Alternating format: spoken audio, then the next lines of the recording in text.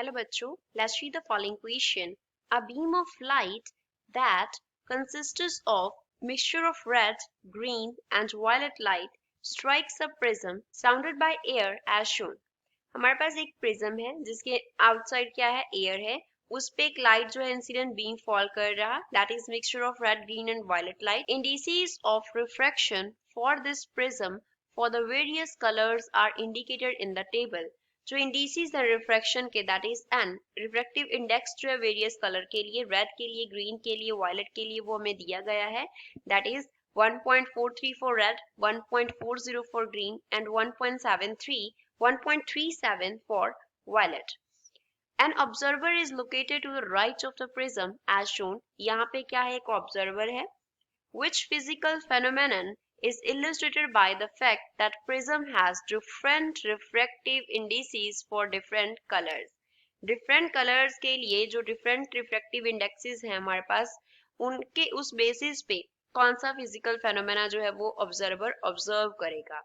Option A Doppler effect, B diffraction, C dispersion and D total internal reflection.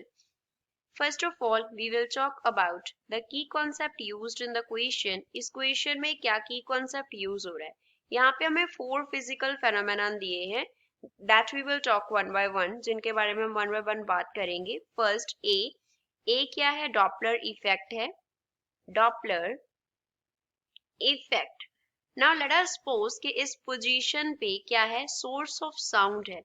This here is source of sound and यहाँ पे क्या है, हमारे पास एक O point पे observer है. This here denotes observer. तो साउंड ऑफ जो है वो क्या आएगा, यहाँ पे ऑब्जर्वर के पास आएगा. नाउ लेट अस सपोज जो सोर्स ऑफ साउंड था उसने क्या किया, साउंड एमिट किया ऑफ फ्रीक्वेंसी f. फ्रीक्वेंसी का जो साउंड है वो एमिट किया. लेकिन अगर सोर्स और ऑब्जर्वर मोशन में हुए, अब तो यहाँ पे क्या है, रेस्ट पे है. लेकिन if observer or source will be in relative motion, अगर ये क्या होंगे, relative motion में होंगे, in relative motion with each other, एक दूसरे के साथ ये क्या होंगे, relative motion में होंगे, तो जो observed frequency होगी, observed frequency of sound, frequency of sound होगी, that will be different. तो वो क्या होगी, different होगी किससे, from f, जो source frequency emit कर रहा है उससे क्या होगी, different होगी. And that is due to the relative motion between the observer and the source. यहाँ पे और नहीं, यहाँ पे and आएगा. If observer and source will be in relative motion, तो observed frequency जो है वो अलग होती है उस relative motion की वजह से. So this phenomenon is Doppler effect. Next we will talk about diffraction. In option B, we are given the physical phenomenon that is diffraction. Diffraction क्या होता है? Now let us suppose हमारे पास यहाँ पे क्या है, source of light है. This here is source of light and यहाँ पे हमने कुछ obstacle रख दिया इस तरीके से. तो लाइट जब इस ऑब्स्टेकल के बिटवीन क्या करेगा, पास करेगा, तो यहाँ पे ऑब्स्टेकल की एंडिंग्स पे क्या हो जाएगी, बेंडिंग हो जाएगी लाइट की. तो डिफ्रैक्शन क्या है, diffraction is bending of light from edges of obstacle. जो ऑब्स्टेकल है उसके एजेस से क्या हो जाता है, बेंडिंग ऑफ लाइट हो जाता है. दैट इज डिफ्रैक्शन, उसे हम बोलते हैं diffraction. C, that is dispersion. C is dispersion. Dispersion दिया है. अब now let us suppose कि हमारे पास क्या है, प्रिज्म है. Now suppose हमने इस तरीके से क्या रखा हुआ है, प्रिज्म रखा हुआ है, और प्रिज्म पे हम क्या कर रहे हैं, व्हाइट लाइट को इंसिडेंट करवा रहे हैं.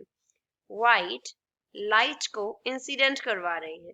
We know that white light में क्या होते हैं, 7 कलर्स होते हैं. व्हाइट लाइट में 7 कलर्स होते हैं, लेकिन वो कॉम्बिनेशन की वजह से हमें दिखाई नहीं देते, क्योंकि कंबाइन होके वो क्या कॉन्स्टिट्यूट कर देते हैं, व्हाइट लाइट कॉन्स्टिट्यूट कर देते हैं. जो 7 कलर्स होते हैं वो कौन से होते हैं, हम उनको विबगॉयर के पैटर्न से लिखते होते हैं. विवग्वायर। अब यहाँ पे V जो है वो डिनोट करता होता है वायलेट को, and I here denotes Indigo colour, B here denotes blue color, B denote करता है ब्लू कलर को, G here denotes green color, and Y here denotes yellow color, and O here denotes orange color, orange color को denote करता है, and R here denotes red color। तो इन 7 colours का white light हमारे पास बना होता है।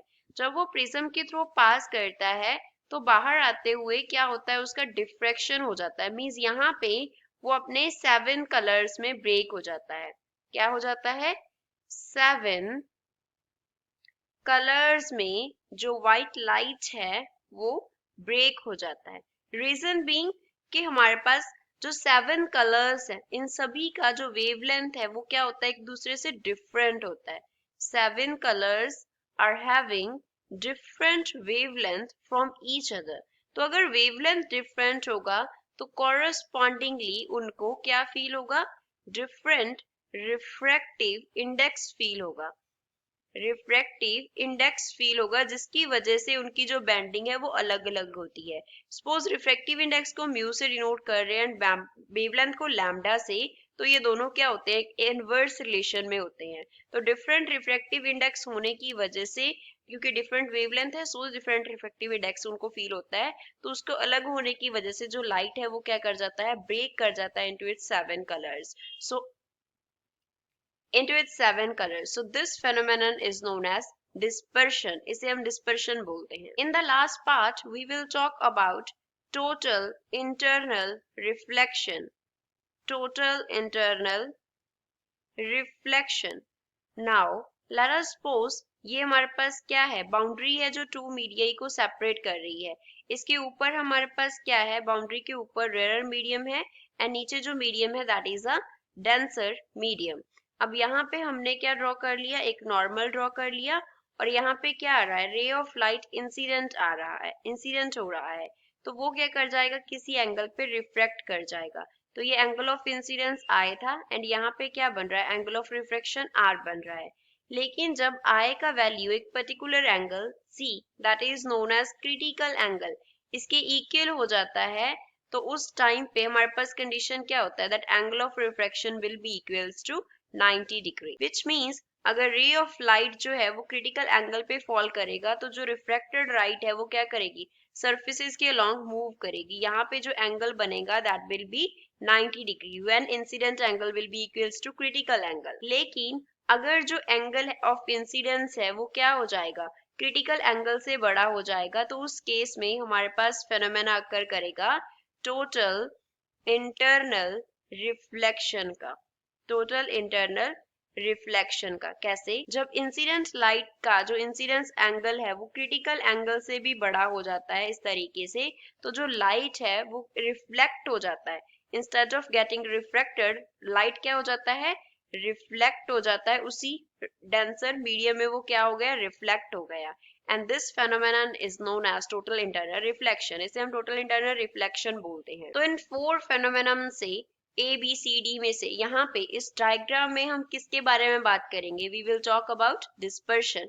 3 कलर्स हैं, different colours, red, green, violet, different wavelength will be there, so they have the different refractive index as and is given in the table। इनका different refractive index है, so they will bend at the different angles। वो अलग angle से different क्या होंगे? bend होंगे, तो टूट जाएंगे, तो क्या बनेगा हमारे पास? जो phenomena है that is dispersion। So C is the final answer for the given question। I hope you understood well. Thanks.